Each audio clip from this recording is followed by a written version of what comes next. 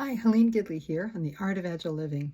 And I was speaking with a friend today on how he was using my technique on the Art of Agile Living to manage his everyday life. And he was sharing something about his backlog and how he took a little bit of a twist on what I'm doing and made it useful for him. And frankly, I think it's a revolutionary, almost game-changing idea. And I'm going to share that with you today. It's about your backlog.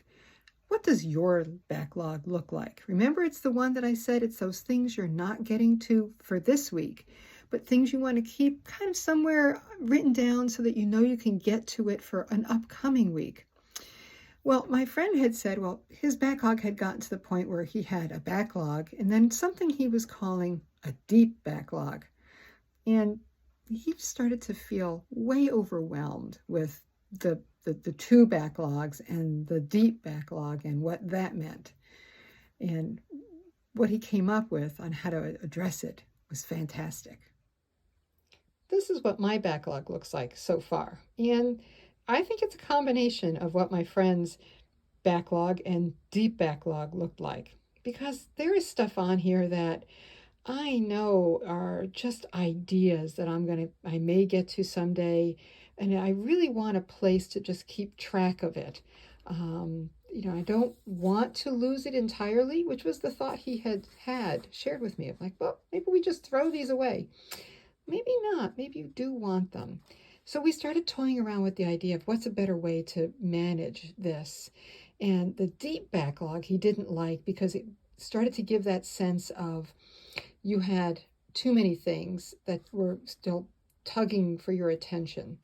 And maybe you'll never get to these, and that's okay, to some of these things. So we came up with a whole different name for it, and we're calling it I May Want to Do Someday. Things I may want to do someday. Not stuff that I have to do this week or today or tomorrow, but maybe someday. That suddenly has a far more positive and appreciative approach to the work. Working with that concept, I then took that large single sheet and started to separate it. And these are the things I may want to do someday, but I don't have to do them right now, this week, or next week. Things I might want to do someday.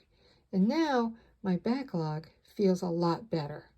It starts to feel more like what I really wanted my backlog to be.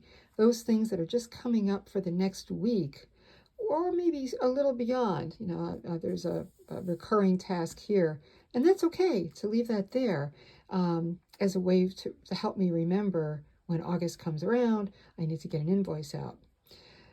This feels a lot more like what I was after, rather than the backlog that just had way too many things. And now I have the I may want to do someday backlog that helps me get things off my head, put them somewhere, but helps reduce that overwhelm that's hitting me on a regular basis. So I hope that helps you as well as you start looking at your backlogs, and perhaps you want to put one together on a I may want to do someday basis, and see if that helps you with your overwhelm and allowing you to kind of get back to a little more sanity in your life and manage the work at hand, and better yet, best yet, maintain that focus on what you're doing and what's important for you.